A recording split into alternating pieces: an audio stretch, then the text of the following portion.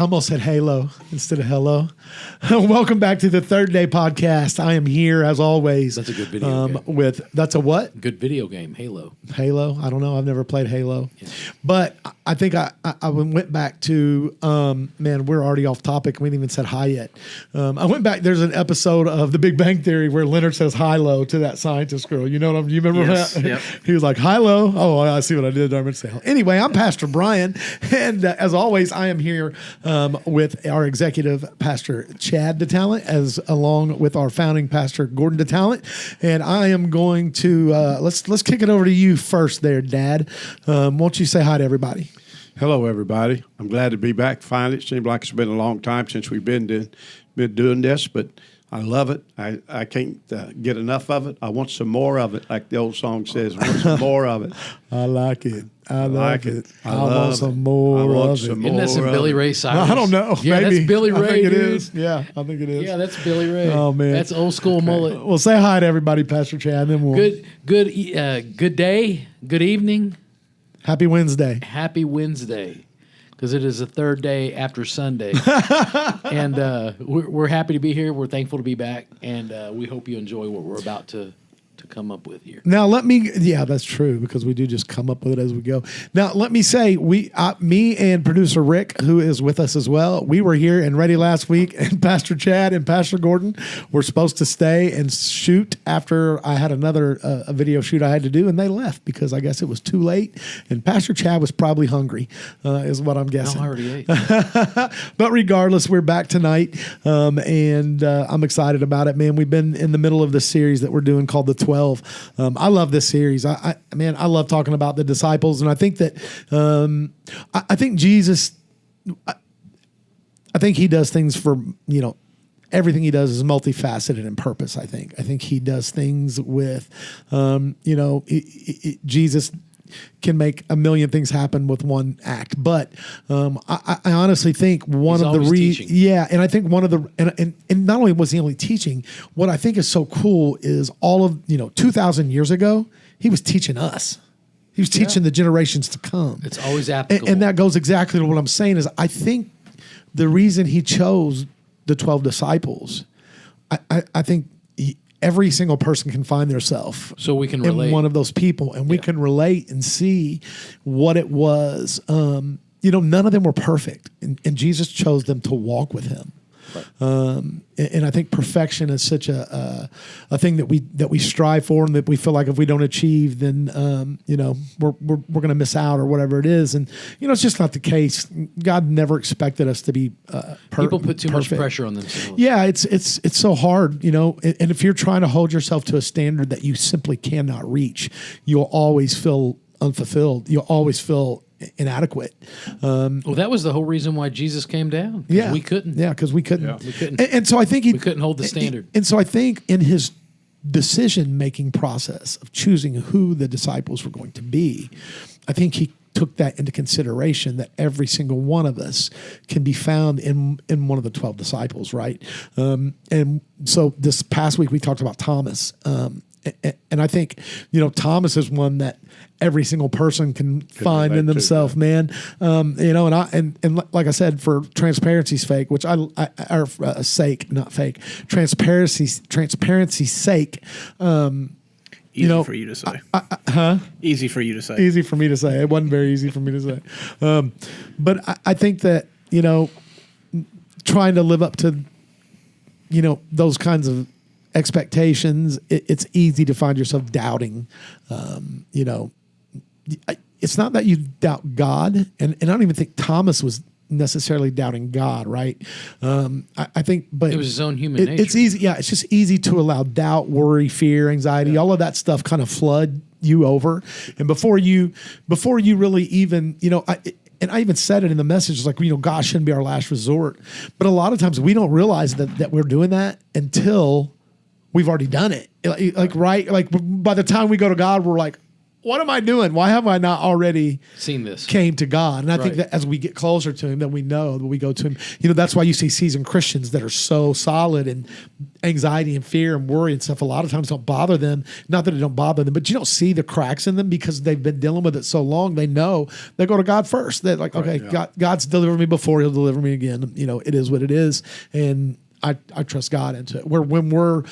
Anytime you're facing something for the first time, it's scary. Very scary. So I'll let one of you guys talk instead of just staring at me like that. I like staring at you. I think you're pretty. I appreciate that. You guys. Someone was complimenting the service to me today, a fellow brother in Christ, and he was like, "Man, your brother had me cracking up about the fish." Yeah. About dads. I got a lot of ribbon over that. His 3.5 pound, 5 pounder. Yeah. Oh man, I blame your father-in-law for that. Oh, dude, that's funny. I come today. So you know what's funny is can we show that picture? Do we have it? Which I have one? it. Dad with the fish. I have it. I don't know how we can do that. Send it to Brian. Yeah. We'll try. Here, it's on here. Well, that won't help. Let Chad send it to me. Because we're fishermen of men. We are fishermen of men. You know what? And women and children. You know what? Don't send it to me. Here, just talk to our people, and I already got the picture. Do you have it? Yeah. Yeah. So Pastor Brian was talking on Thomas, and he was doubting in the, Christ has been executed. He died on the cross for our sins. He was beaten to a pulp, bared the stripes for our healing, and he rose on the third day. And, that's something we need to talk about sometime is what happened during those 3 days because it was amazing. And Mel Gibson's actually working on the movie to show how Jesus ascended into hell, Hades, and preached to the multitude. I lost everything. It was pretty amazing, but... You're cutting in and out. Your headphones aren't working? I don't know if I think it might be the okay. bar. Listen, Yeah, if it's anything, it's just your headphones. It's okay. You don't have to hear okay, those. we're hearing you can still good through talk. your We can mic. hear you. We're hearing you good through the mic. I can hear you. And you good. can hear our voice. You don't even have to wear the headphones if you don't want. But Jesus has rose from the dead, and Thomas, they call him Doubting Thomas, Didymus Brian. He was a twin. Pastor Brian let him, Yeah. And he said, I need to put my hands in his nail scarred hands. I need to put my fingers in his hands. I need to stick my hand where his side was pierced. He wanted evidence. He wanted to see it firsthand. And then Pastor Brian made such a bold statement, man, and you just felt it. And it was straight from the Bible. The Bible's so powerful. And once he did that, once Christ showed him, it is me, and that happened to me. It's like an epiphany, like Pastor Brian was just saying. It's like, why didn't I see that? Why didn't I think of that? And he goes, my God, my Lord. Yeah, it should be that top one in downloads. You double click it. Yeah. That's a good sized fish. Yeah, that's a good 3.5 pounder. Let me see that fish. By George, that thing's 10 pounds. That's a big fish. That's a big fish. Yeah, That could be a 5-pounder. Do you have it pipped? Is it on the screen? Is, yeah. Let's show let everybody see. That's Pastor Gordon's 5. That's okay. We'll call him 5. We'll say he's 5. That's probably the biggest fish Dad's ever caught. It is. Yeah. That's a good fish. Hey man, I'd be bragging. That'd be 20 pounds if I caught it. Yeah, they grow. I went out on Sunday afternoon for a little bit, and I didn't get one single bite except one big one, and I caught a fish about that size. And I would say it was a decent fish, but when my wife. When I went home and I said I caught one pretty big one, she was like, "How big?" I was like, "I don't know, between 3.5 and 4 is when I labeled that." You were fish. being modest, and I showed you a 5-pound fish that was 5 pounds on the dot that I caught a picture of. But it's still a nice fish. But you see, here's the thing: is like you can't give me that kind of material to use against you the night before I preach because you know as good as anything, man. Preachers are desperate for material the night before. And we're doing our thing. No, it's a good fish regardless. I feel bad. I don't want you thinking I don't appreciate your fish. No, we all knew you were having fun with him. I know a lot of your guys' material was me. I understand that. No. It don't bother me. Neither. Whatever. I mean, it's funny. I'm the most material. You guys always talk about me, but that's okay. That's what happens. I don't mind. No, your wife gets hit the hardest, I think. I talk about my wife. Mom always got it a lot too. Yeah. Well, because that's who we live with. That's who you talk about. That you talk about your wife a lot too. Oh, I mean, it's just man. It's those are the people that That's we, who we're. you know. That's I our had closest contact. You know, I heard somebody one time say they said something to the effect of, "I really like the way you talk to this or that, but you tell too many stories about your own." I'm like, that's what I draw off. That's of. my life. That's my life. That's what God gives me to to share. to share. Off of. And You try to make it relatable with hey, stories. listen. If you don't have stories, you gotta have stories. People, Got to. Somebody always has something to say. Yeah. You know how that goes. That didn't bother me any. But back to it. I really do. I really do love the series, man, talking about these different personalities. Because when you think about it, man, that's what life is different personalities trying to gel together. And it's hard, man. It's hard in life to But with the 12 disciples, who was the glue? To gel together. Jesus was the glue. Yeah, absolutely. And that's in everything, man. Yeah, that's a good lesson, man. There you go. That's in It's a real good everything. lesson. It was. There were 12 completely different personality types, and Jesus brought them together. Yeah. And when nothing else could have, they were as far away from each other as you could think. We know there were 3 fishermen and maybe more, but we know for sure that Peter, John, and James were fishermen together. Yeah. They had They had a fishing business. Yeah, they owned Bubba Gump before they sold it to and Forrest. they had employees. They had employees. Yeah, they fished. Yeah, Yeah, they yeah. did. Legitimate We know Matthew was a fishing tax collector. Yes. We know Luke was a physician. Lawyer or physician. He was a doctor. Luke, the physician. What was Judas? a traitor. No. We know that. That's what I was The other thinking. Judas. Yeah, no, I can't. No, I'm help talking about Judas the betrayer. The Judas betrayer. Iscariot. He was the treasurer of the group. Well, I know he was the Get that. treasurer of the group, but I don't know what he did as for a living before that. Matthew was a tax collector. Yeah. So Judas, I know Judas wasn't. Regardless, they all come from. My point, Diverse is backgrounds. they came from different walks of life, right? Yeah. And they still, that's one thing I say. People ask me what I mean by it because I always say that I love that. When you come to our church, not everybody looks alike, right? We're a motley crew. Yeah, and if you go to a lot of churches, just to be honest, if you look out in the audience, they'll all look alike. Yeah.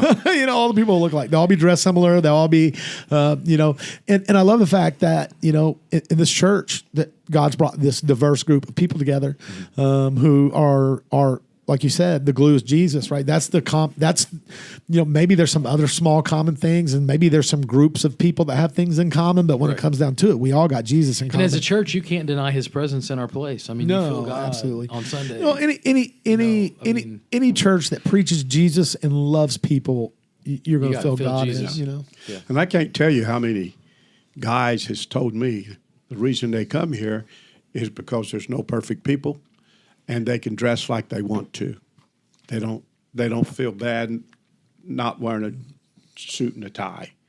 They like to wear. Their I feel blue bad jeans. if I wear a suit and a tie, Yeah. dude. I'll do a suit for weddings if necessary, depending, and then funerals. I mean, yeah, I do suits for weddings and funerals. Yeah. And it's fun getting dressed up. Sometimes that's okay, but for the most part, I never understood it. It's like, man, it's like what was that shift where people were like, you know what? I think Jesus, who wore a bed sheet and sandals, don't want us to come to church unless we wear a 3-piece $500 suit. Your Sunday best. When did that Remember happen? That was Yeah, that was yeah. always the Sunday best. Yeah, that was their answer. That was, but- God we give God our Sunday best. I do give God, but I want to give God my best every day, and I know I fail at that sometimes. But to be honest, it's ridiculous to me to think that my clothing would be involved in that.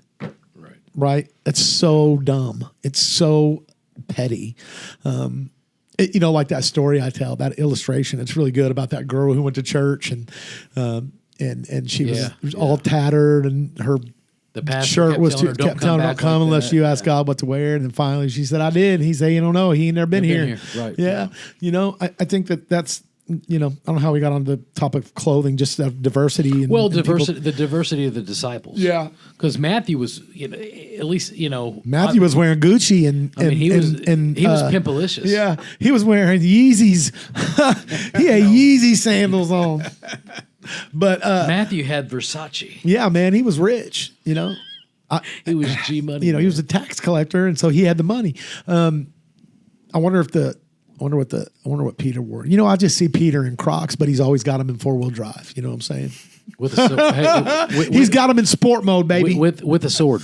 Yeah, and he's got them little buttons all over him. Books of the Bible. Oh, you ever seen the little buttons people put on their Crocs? no. We got to buy them from Oh, Malia. yes. They just my go. girls had them. They're hole fillers. They go in those Yeah, holes. they go. Yes, my girls had those in their Crocs. Yeah, like Malia wants she always gets stitch ones and stuff like that. Oh, that's. But I jest, I laugh, thinking about. She would love the outlet at outside of Louisville, Bluegrass. They have they have a Gators, or Crocs, not Gators, but a Crocs store with all that stuff. And I've never seen so much Crocs stuff in my life. It's just a ton of. You know who would love that? Billy Bolin. Oh, really? Billy Bolin he wears nothing but Crocs. That's hilarious. I'm pretty sure if he wears his police outfit, he's gonna like black Crocs. Crocs make shoes and sandals and other stuff too. Frank was wearing Birkenstocks on Sunday. I don't wear Birkenstocks. Yeah, Frank, you're a hippie.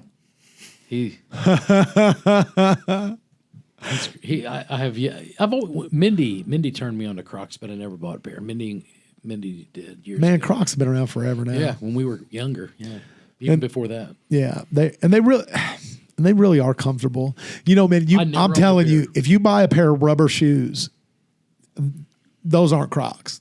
The name brand Crocs are different. Like they're, that's why they cost more money. You Right. get what you pay for. But I see people all the time in just rubber shoes, and they're like, "These are my Crocs." I'm like, "No, they ain't. So Those are crooks." So it's a real Crocs leather? No, they're rubber too, but they're just built different. I mean, just like anything, like you can give me a pair of leather, like the Rustlers. give me a pair of leather Nukes versus a pair of leather Nikes. I'll tell you the difference. I'll tell you which ones are which. Like when Mom put the Guess on my patch jeans on your Rustlers. They were still Rustlers. They weren't Guess. Let me tell you what. The only thing that was just I turned around and showed my bunch of people and said, "Hey, this is a game we made up. Guess what kind of jeans these are?" But listen. You had a pair of Guess, right? And you ripped them or something? And No, you had a pair of Guess and ripped them. And then when your Guess ripped, I'm pretty sure you got a new pair because you were already spoiled. And she ripped the tag off of those. Nike. I never had Air Jordans, and he had Air Jordans in school. I never had Air Jordans. You drove a Camaro, and I drove and I worked a job. Yeah, you worked at all Schnucks. Yeah. 1.5 days a month. Every Friday, I had to give Mom my paycheck. He had one car, you had 4.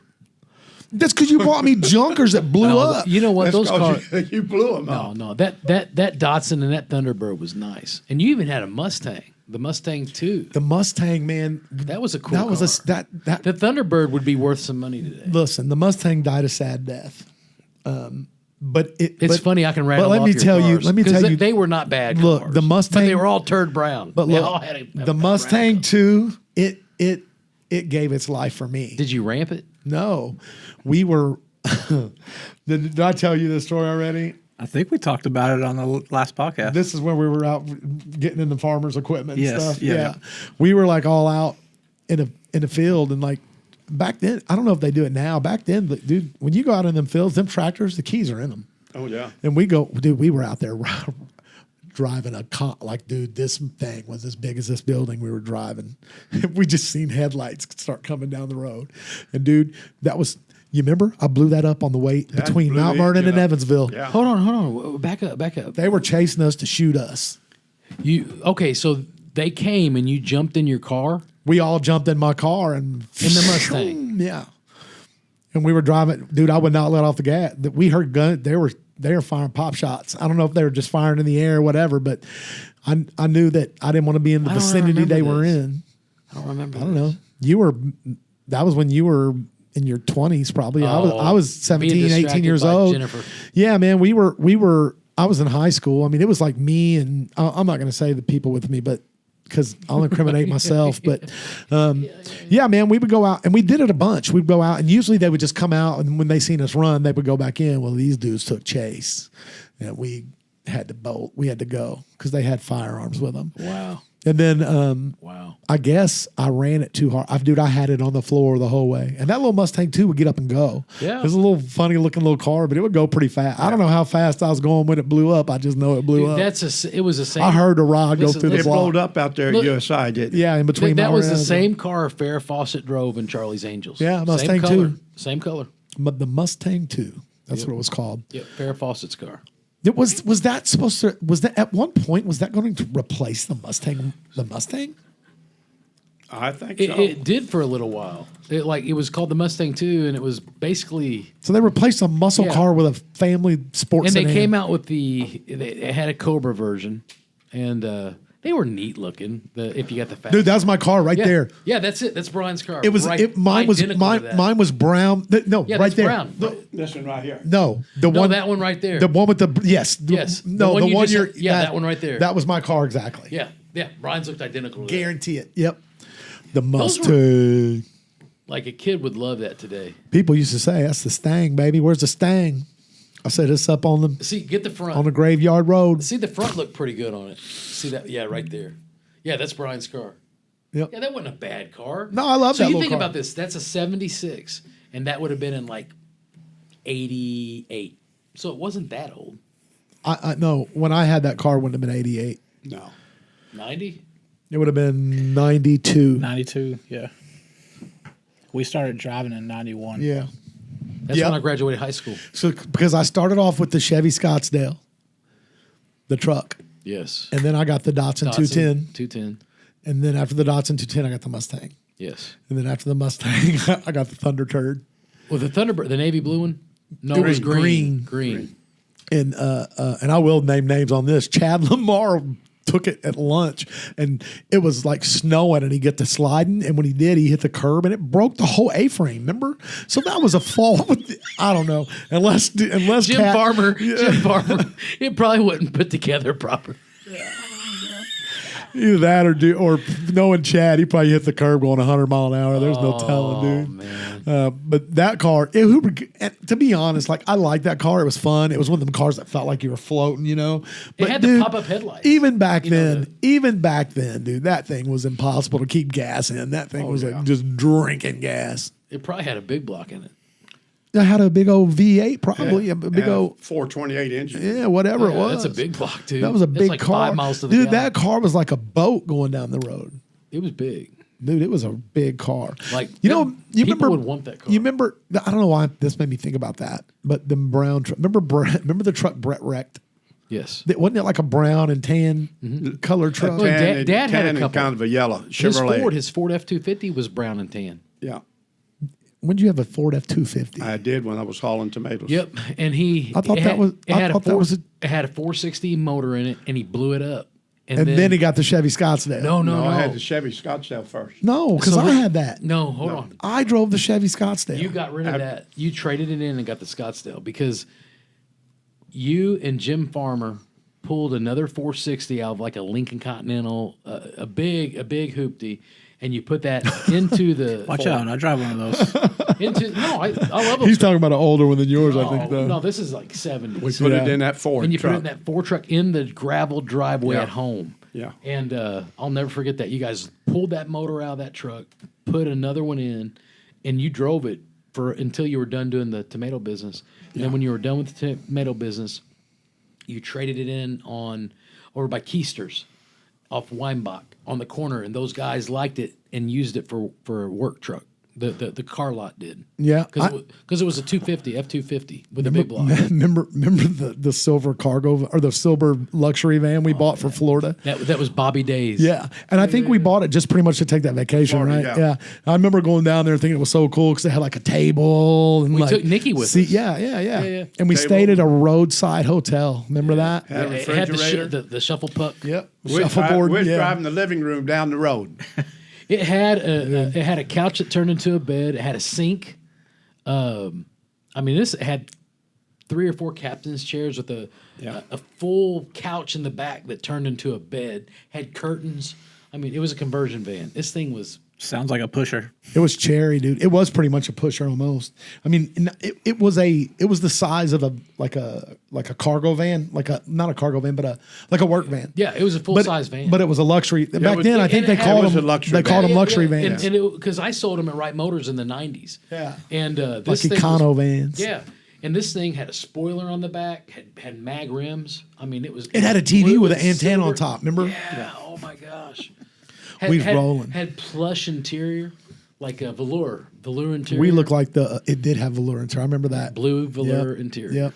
We look Shag like the carpet. Beverly Hillbillies coming down the road. Had No, blue. you look like Cheech and had Chong blue. coming Had down blue the shag carpet in it, man. Yeah, it did. You look like Cheech and Chong coming. And down we the road. did, yeah, we did. We drove down that highway, parts. man. We did. We bought that van, and I'm pretty sure it wasn't maybe a day later. We took off to Florida. Like it was like And- you and bought that do you from remember- Bobby to take that trip. He traded his Spirit, that AMC Spirit. You bought that brand new too, Yeah. didn't you? That Yeah. spirit, yeah. Yeah. In Mount Vernon. Yeah. And he traded Bobby Day that Spirit for that van. But I had to put 2 transmissions in that spirit. Did you? Mm-hmm. I didn't know that. That's what you get for buying an American Motors car. Yeah, I guess so. They ain't even around no more. Didn't Jeep own that? Yeah. I thought so. So it was a Chrysler product. No, it's It was AMC. American Motors. American Motors was their own, and they own Jeep. Yeah. They had a short stint with Harley too. AMC owned failure. Jeep, AMC owned Jeep. and then they sold Jeep. And then Chrysler bought it all up and got rid of Got AMC. all rid of it. Okay. Yeah. I knew it was in bed with Lee Chrysler. Iacocca. Lee Iacocca. Lee Iacocca. That's true, man. So what else is going on, guys? What y'all got happening? Well, I'm just working on the garage, trying to get it going. Dude, the garage is out of hand. Let me tell you about this little garage we bought. Okay, go ahead and tell him. These cats live in this garage. Oh, I Chad. know, man. I come over. I asked him and Tony today. I said, "What?" I said, "Are we paying y'all just to live? Is that what we're doing?"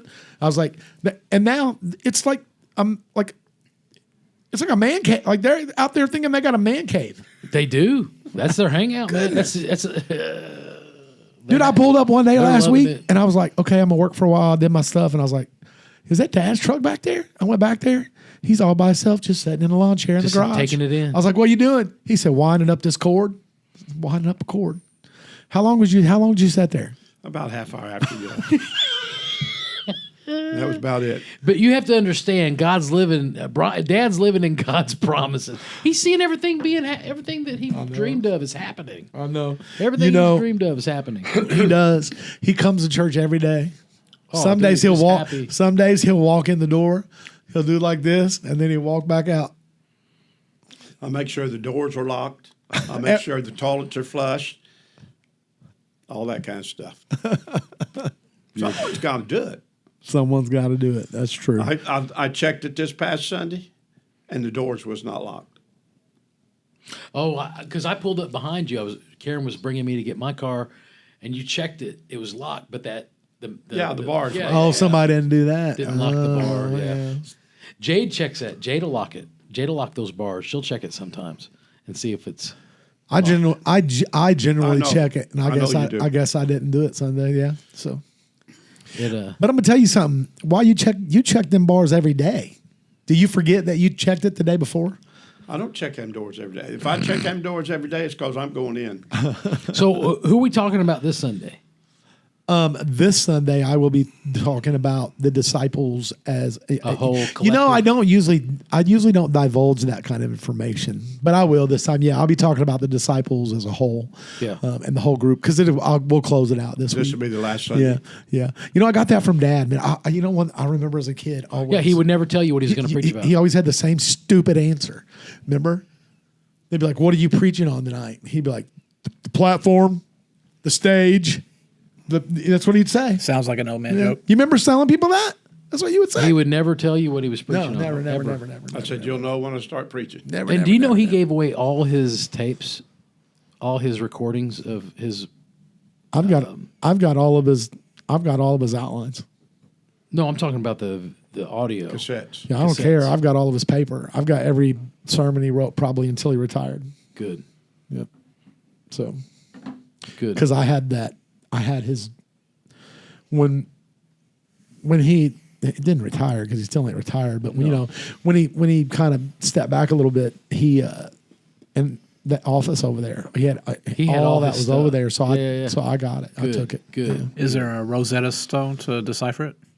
No, but there is. No, here, in all seriousness, you know what the funny part is, dude? I bet you 30 to 40% of those are old enough to where they are typed on a typewriter. Oh yeah, and some of the keys I remember he broke a key, and he had it set up where he would type, and then that letter would be down below in a sentence. Like let's say- It would be low and yeah, ride it low. would ride low because it broke. I'll never Yeah. forget that. And some of them, I remember, man, like some of them are Mount Vernon age. Yeah, and probably before that, you know what I mean? A lot of them's at Mount Vernon. And I remember him being in the kitchen and typing. But I can tell, like in the progression of them, like where there he got his computer. Now we're using Word. His first computer was on Virginia Street. Yeah, and that was my first computer too, and it was our first computer that would be considered. I mean, we had like Commodores and stuff when we were young. Those were computers. TSR-80. Yeah, but it was his first PC, and because Because it had Intel. It was Windows. It had Windows 3.1. Yep, and it was I remember the coolest thing about it is it came with the encyclopedia. And I remember sitting down there in that office in that church, and I'd put those discs in, and I would just be just amazed that there would be like little video clips and little articles. The kids today have no clue, man. I literally, what I remember watching on there? I remember what was on that, the encyclopedia that came on there. I don't know why I remember this, but they had a video of the Challenger exploding. I remember watching that in the office on Virginia. Wow. Hey, I was thinking the other day, man. Okay, you know what? We'll talk about this offline. This ain't something for the podcast. But remind me, because I seen something and man, I was like, I forgot about that. And it's not good. It's a devastating thing. But talking about that church reminds me of it. So anyway, and nothing to do with us. Something to do with somebody that At the church? that did something from over there. Yeah. Oh gosh, I don't know. Yeah, it was awful. I'll tell you. Not like I said. Yeah, we'll talk. I'm not going to talk about that online. No. But I would. I'm the one to bring it up. It's my fault. But because it's not like I mean, it's awful. You probably maybe know what I'm talking about already. It's the worst thing a human can do, right? But anyway, but yeah, we'll be talking about all the disciples this coming Sunday. Are you talking about the ones we already preached on? Yeah, we're going to talk about the whole group and their movement and what Okay. and what Jesus accomplished and all that stuff with them and how we can. And I hope you guys are actually watching the sermons online.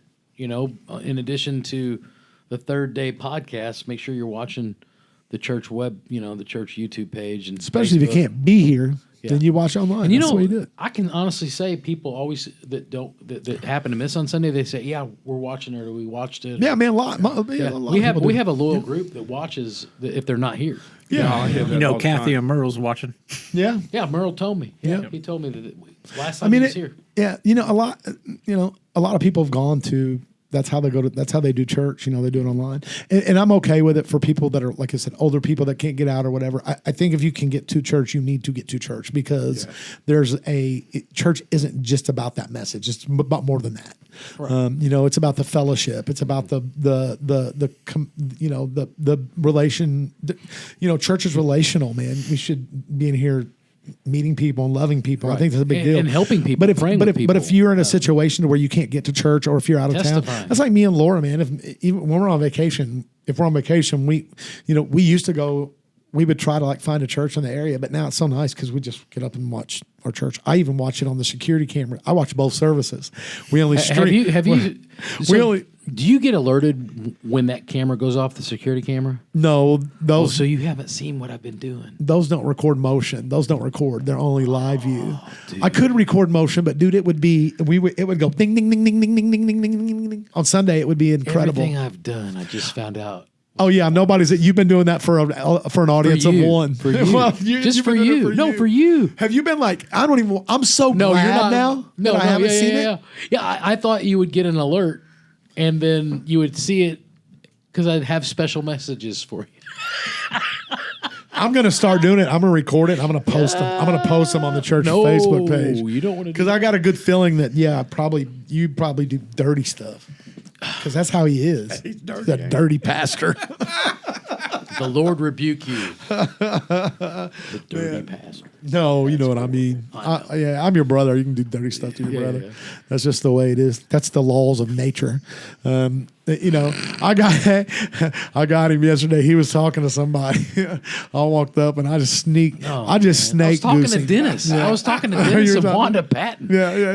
You got me, and I couldn't talk, man. Dude, he jumps out of his skin. I know that people are like, that's why we have a sign. That's why we have a sign that says "No perfect people allowed." I could tell it was Dennis, and I knew he knew what happened. I looked back and they were both laughing. You know, they knew he got.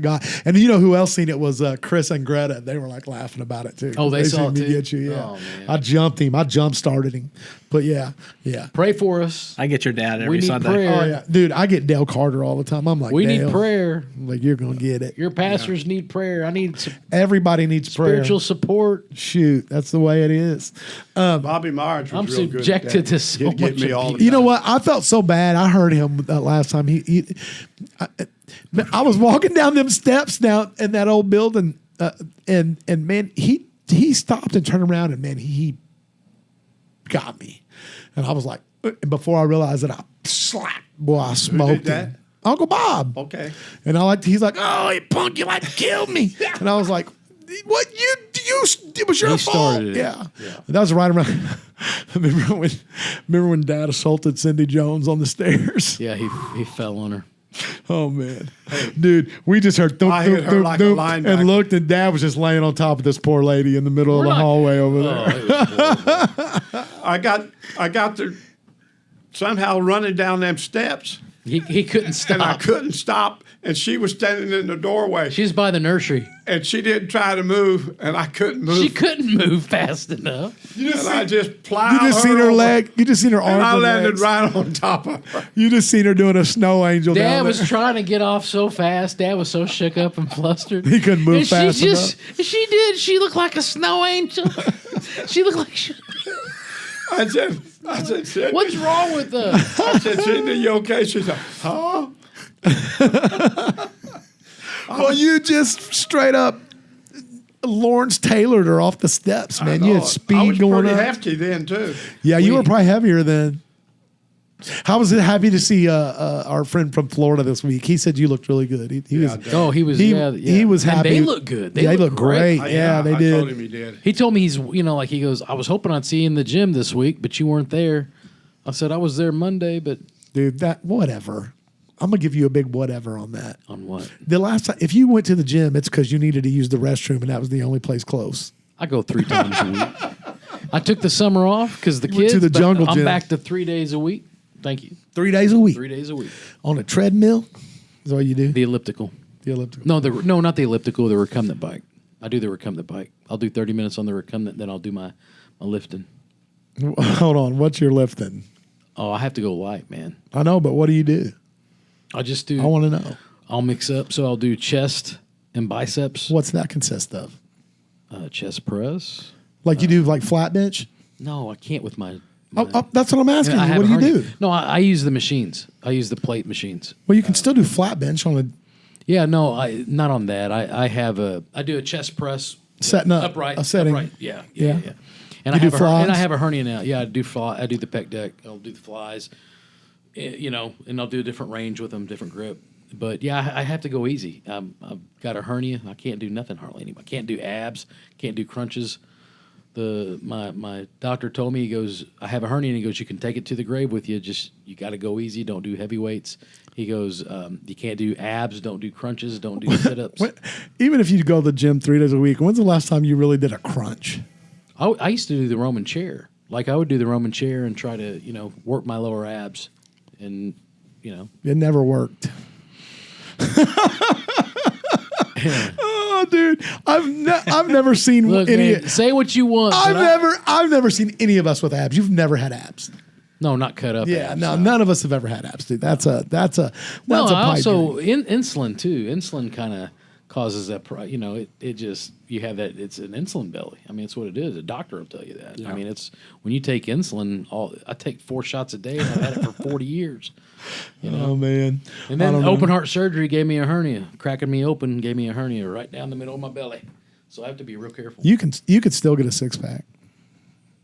Oh, You probably had to buy. You probably had to buy it. You probably had to buy it at the gas station. In the times of my life where I've been in the best shape that I've ever been in, I've never been close to having a six pack, man. That takes us. You know who has honestly, you know who usually the people who have six pack are? People who have them because of their genetics. 100%. You know, there are people who have, like Mikey's got a six pack. That's his genetics. Right. Let me tell you how much Mikey's worked on that six pack. Yeah. 0. Same for me. Yeah, well, his body I was body 150 all the way up until like 40 something years old. Yeah. And then the weight came. Yeah. But yeah, and I worked out hardly 0. Yeah. I would do leg days more than anything because of basketball. And I still had a six pack. Had a six pack. Yeah. That's how Trevor's got a six pack. You know? Yeah. But I'm okay. When your body fat's low, I mean, their body fats are low. I got a keg. That's what I tell you. Yeah, I got a 12-pack. Yeah, you know, I don't know about a 12-pack. That 12 packs are even better than 6 packs. 8 packs. That's the perfect I'm just abs, trying I think. Why are we talking about abs on the Third Day podcast? I don't know. Because we talked about everything. Because you fibbing saying you were doing pork crackling. No, I go to the pork gym crackling 3 times crunches. a week. You were doing 3 days a crackling week. crunches. Those same kind of crunches I do, and there ain't nothing wrong with that. Be proud of them. We eat chips and dip them in yummy stuff. And if you go to the gym, that's because you're bored. What? Yeah, that's the only reason people go to the gym. They're bored. That's what I did when I was bored. I went to the gym. I'm trying to better myself. Nobody really enjoys it. No, I'm being silly. I really did enjoy it when I went. I miss going. I miss going with Adam the way that we did, but it just hadn't. You know, we just haven't been able to get back into it. And I mean, honestly, now I don't know if I'll ever. You went with me for a while, then you left me. I didn't leave you. Yes, I got did. no. I didn't. I started working during the day. Oh, okay. I couldn't help it. I had to do what I had to do. It's called honoring the temple. Yeah. No, working out's fantastic. I mean, honestly, to be honest, you know what? The sad part is when I was doing that and I was in pretty good shape there for a while. I was like, I'll never stop this. I was like, I'll never stop doing this. I love it. But man, stuff happens. And before you know it, you look back and you're like, oh my gosh, I haven't been to the gym in 3 years. Or I haven't been to the gym in a year. I haven't been to the gym in however long. That's what happened to me. Like before Haley was born, I had lost all my weight. And then Karen got pregnant. Because I was going to the gym hard. I had gotten down to the size I was when I was a trainer. And, I mean, I was so proud of myself. Because I got up to a 38 when I was in sales at Norlight and Windstream, 38 waist. And I got down to a 32. And I was so proud. And she got pregnant and quit going to the gym because we were going together a lot. And then she had Haley, and she started going back to the gym. And I had a membership. I just never went back. And, you know, I would randomly go, but nothing consistent. And then in the last, 6 months, I've lost 40 pounds. Trying, man. trying to live my best life. At 50, I'm going to be 53 in a couple months, man. I'm doing it right. The good thing it does, it just makes you feel so much better. Oh, I feel so much better. Like, you know, I'm at the point in my life where I couldn't care less if I have a six pack. Like, I don't care. You know? Yeah, I don't. I just want to like that don't bother me at all. Like I don't care about that either. What for? Why? I just want for comfort, because. Yeah. Okay. So I don't care about the aesthetics of it, but feeling good is the byproduct that I would care about. Not the vain part. I don't care about that. The vanity of it. But the health part of it is very important. You feel so much better when you work out versus when you don't. Like it's like night and day. Yeah, it doesn't make. Yeah, you think have energy, yeah. Man. Most people are like, "Well, it make you tired." And it actually does the opposite. I feel like a different person since I've lost 40 pounds. Yeah. I do. I feel so much better and healthier. And well, not only that, it does that on the overall, but also individually. I remember leaving workouts and feeling the best I'd felt all day, right? You know, you felt accomplished. Well, not. I don't think it's that. I think it's physiology. I think it's physical. I think that it releases a bunch of endorphins and things 100%. That make you feel better, and then you know you're doing good for you, so it makes you mentally feel better, and I think it makes you physically feel better. Well, and it helps your heart. It helps your blood pressure. Yeah, everything. Everything. It does everything.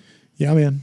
When I was working out, I didn't really have to take medicine, at all. Oh, yeah. Type 2 diabetes can be controlled with diet and exercise 100%. Well, and so can, obviously blood pressure and stress. And that's another big thing it does. It helps you with stress. Every bit of heart medicine they put me on, I'm completely off of.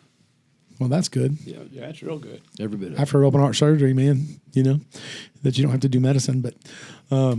But man, let's bring it back in and kind of wrap it up, talking about the series a little bit more. Like I said, I think God used the disciples as a big teaching point for us on how to not only coexist with each other as Christians, I just used a word that I actually used on Sunday, the whole coexist thing, and that's not what I'm talking about. I'm talking about coexisting with other people, and let me just break down a little bit the issue that I take with that. Like I use that bumper sticker of coexist as an example. Isn't that we don't coexist with other people?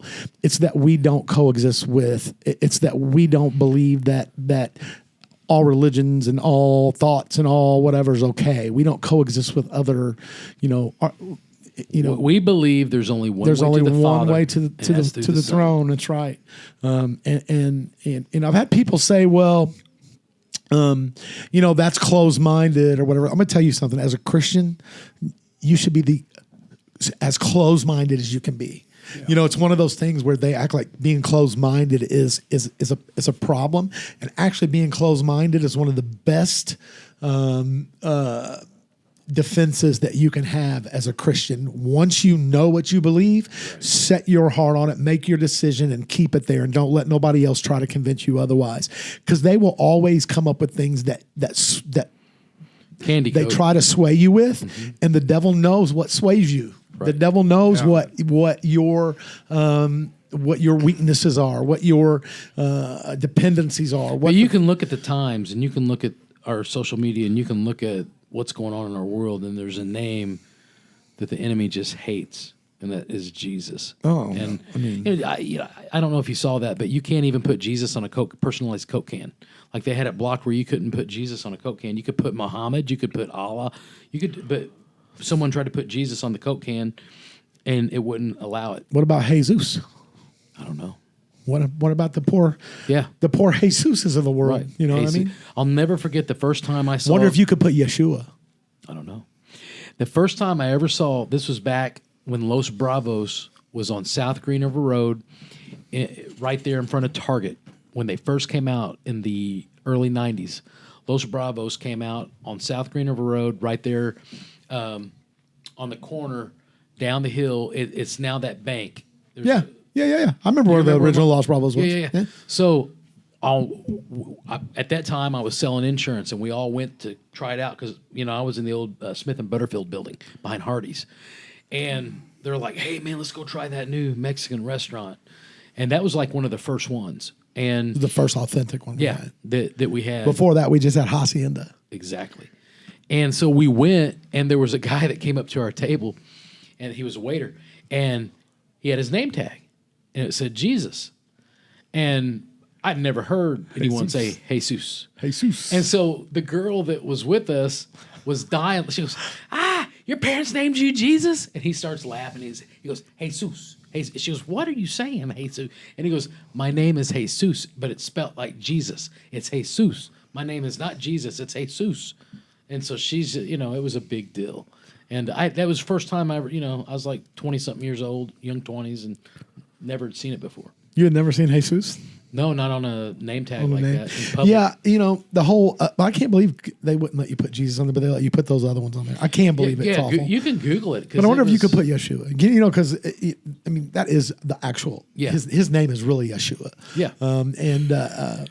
But Jesus is the Yahuwah. Yahuwah. Yeah. Yahuwah. Yeah. But it is. It's our breath. English breaks down the Hebrew Yeshua into Jesus. That's why we say Jesus. And that, one of the best biblical translations right now that we have that people can relate to is the NLT. They do a great job of interpreting and that's what we use is because they use they interpret the Greek and Hebrew. Yeah, that's what we use. So, I use NASB. Yeah. It's actually the most accurate.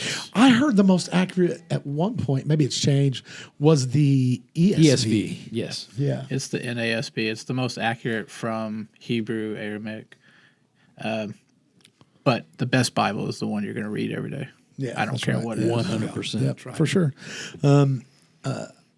I know they're all, they're all derived from, the same place.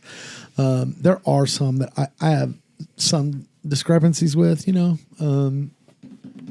don't know. Not that I wouldn't read them or think they're bad. Like there are some people that think, like the NIV, that's a good one. People pick on it because it omits a few verses and but it's not omitting. They're not action verses. They're things that are that they have. I think the NIV is actually closer than the King James. Right. As a matter of fact, I think the King James is one of the worst. I think it was very divisive. The King James was. It was written with purpose. The King James was written. Well, the Schofield Bible, huh? But the King James was written in the Chronicle. It was during the Constantine. Yeah, and what do you call the whatever of nice? Well, and King James also wrote a book before the Bible about demonology. Yeah, but that's when it was chained to an altar and like you had to pay a priest to read it. Yeah.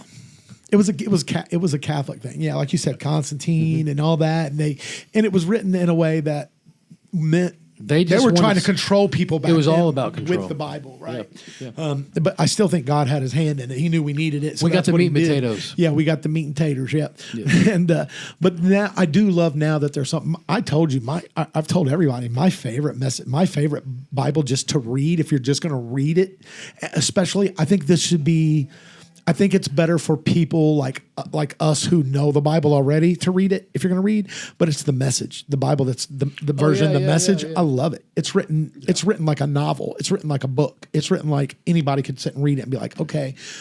I do think if you should have some biblical understanding first, but it puts things in such perspective. This is the example I know because it's the only thing I have out of there memorized, but where we learn that where the Bible says that, in the beginning was the Word was with God, the Word was God, and the Word was made flesh and made His dwelling among us. The Message puts that as if it says Jesus moved into the neighborhood. You know what I mean? Oh, so yeah, it's very, very, it's slang. Very, it's more modern. And like I said, that's why I think it's important probably to have a good biblical foundation already, but then when you read it with with already a biblical foundation, it hits you different. You're like, oh yeah, that's great, that's perfect. Compared. Well, it's kind of like what they're doing with The Chosen.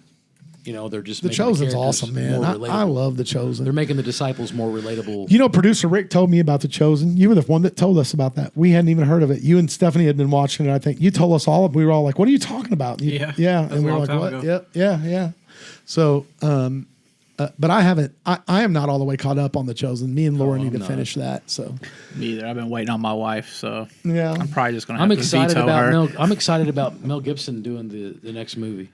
Yeah, that'll be good. Yeah. The next one. But you do need to watch House of David. House of David's 100%. Good. It's good. I want to see it. Well, man, I think we can wrap it up. Dad, what do you have to say? You were pretty quiet tonight. Well, I was just listening to all this knowledge that was coming out. Is that what you're doing? Get up in your mic and talk. I was comfortable. Yeah, I know. It is comfortable to sit back. It is, yeah. I was just listening to everything, what y'all guys were saying. Who was your favorite disciple?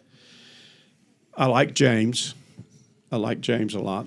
I like John, Peter. I just actually like all of the disciples. To pick one, it's hard. Judas? Judas Iscariot? Yeah. After you do your studies, they're so different. I used to think I had, like Matthew used to always be my favorite gospel, but now I'm leaning towards John. And at one point I was Luke. So it just depends. I think it's your relationship with it and how there's your season of life. There's no. I was talking to Jimmy about this Sunday, and he goes, "Dude," he goes, "You're right." There's a theory. We have the two witnesses, and that come out in the Book of Revelation, and a lot of the theory is one of them will be Elijah, because he never experienced a human death. He was taken up in a fiery chariot. And I cannot remember if the other one supposedly is an Enoch. But there's also a theory because, John, they tried to kill John, threw him in boiling water, or boiling oil. Try to fry him. They tried to fry him alive, cook him alive, and that did not kill him. And then they were petrified of the guy. And then they sent him to the island of Patmos, and that's where God gave him the book of Revelation. And but there's a theory, because there's no documentation of his death, that he could still be alive and be one of the two witnesses God saving for the book of Revelation. And how wild would that be? I mean, how wild? I mean, it'd be supernatural. Yeah. And I mean, but you're getting real, like a lot of people are Yeah. like, what is he talking about? It's not in the Bible. It's a theory, because they don't. It just says the two witnesses, and it says we'll all experience an earthly death. There's no documentation of John's death, and then Elijah was taken up in a fiery chariot. He did not experience a human Jesus death. made a direct point to say, you're the one that I love. Yeah, Yeah. his beloved. John the beloved. Yeah. And I know I think I even heard you say this, but I seen the video the other day where they did sacrifice a red heifer. Yes. Over there. They're setting up for it. Yep. Yeah. And I think we're in the. We're in the end days. I think we're in the 2-minute warning for sure. 100%. I don't think it's going to be very much longer. And very much longer could be 50 years. Could be but things are starting to roll. But here's the thing, man. They have been forever. I think that's the thing about the Bible prophecies. They've never stopped being fulfilled. They're fulfilled every day. Yeah. It's just we don't understand. But if you look at the Middle East timing. and the things happening, it's almost like it's in fast forward. I know, but I think people like in Dad's generation felt that way. Oh, they thought, and for then sure. people for them felt that way. Do you remember when the guy Right? gave the the prophecy, and then he did it twice? We He all did it twice. we all told each other goodbye that morning. We were mean- like, "We'll see you in heaven." I was like, looking back on that, I'm like, how did we ever think that God was going to let somebody know when the rapture was going to happen, and that He would let him write a book and tell everybody? That's ridiculous. And what's amazing is he came back and did it again. Yeah, man. Make It more is crazy. I It look at is. some of the warnings, signs of the time. The earthquakes, the hurricanes, the tornadoes. He talks about Well, the Euphrates is whirlwind drying up. That's and all this kind of stuff. Let me tell you what we should be watching. I think that the true sign is war. Yeah, It's war. because he talks about well, it wars says and peace, rumors of peace, war. peace, then sudden destruction. War Yeah. is what's going to end. We're already Yes. seeing it. A nuclear war. To me, this is my I think opinion. it's gonna be a nuclear the Bible. He said the earth will end with a sudden, fervent heat. Yeah. It's going to be a nuclear war. I mean, either a nuclear war or His wrath. a supernatural nuclear explosion. But I think it's going to, I do, because it said, like you said, peace, peace, peace, peace, and sudden And sudden destruction. destruction. That's right where we are right now. That's right. Yeah. And we even, and Please be a pre-trib. I know, right? I know, man. I know. Brian and I, when we first started, do you remember when we first started pastoring? Yeah. We were looking at all three options. Post, mid, pre, mid, and post. And I mean, we found such good material that really pled a strong case for each, biblically to back them. And we're like, remember we showed the church That some of one the young videos. pastor had that really good Yeah, teaching dude, he was series awesome. on it. So it Wonder was whatever good. happened to that guy. I don't know. He's probably still kicking. I saw him once on a reel that I wanted to save and send to you, and he was basically coming against the Muslim, the Muslim movement that's happening right now, and trying to get the world awakened to what's happening and the Antichrist and all that. Yeah. And I was like, oh, Brian's got to see this. It's that same guy, You know what, man? and I don't know his name. You reminded me. I watched a video the other day on YouTube. Of course, it was a Muslim, an ex-Muslim. Yes, it's the guy that's calling everything out. that died. No. This Muslim died, and met Jesus. Like it was a near-death experience thing, Right. And it has to be real, because here's this lifelong Muslim, and now he come back and said, "Hey, y'all, we're wrong. We're wrong. Yeah. We're wrong. We're wrong. We're wrong. It's all about Jesus. Jesus, like he is." Well, Anton LaVey, the leader Yeah. of the Satanic Church, Yeah. they said on his deathbed, he goes, "Whoa, wait, something's wrong. I was wrong. And dude, Well, it's always fun talking about this kind of stuff, but for one reason, we've kind of reached the episode limit of how long we go, and then the second reason is I really got to go to the bathroom. I do too. All right, so we love you guys, and bless each I tell you and every what, one of God bless you. And since he didn't talk a whole lot, Pastor Gordon, won't you give us an outro prayer. Father God, today we want to thank you. We want to thank you, God, for what we have heard here today. I want to thank you, God, for your goodness and your mercy. We ask you, God, to lead us and to give us the wisdom and the knowledge, Lord, to lead this church into the future. God, I ask you to touch these brothers as we work together, Lord. And God, let each and all of us, oh Lord, reach out to those that are lost. For God, you said that we should go into the highway and the hedges and compel those to come in. And God, help us to be those soul winners for you. In Jesus' name we pray. Amen. Amen. Everybody, just right before you leave, don't forget to like, share, and subscribe. Definitely subscribe to the Refuge Christian Church YouTube page. It helps us out, gets us an algorithm. Look, we don't want this just for TRTC people. We want this podcast out all over the world, where hopefully we can encourage people. But also like the videos and comment on the videos. It helps us out. Once again, we love you guys, and we will either see you Sunday or we'll see you at the next episode on the Third Day podcast. Everybody have a great week. Yep. God bless you.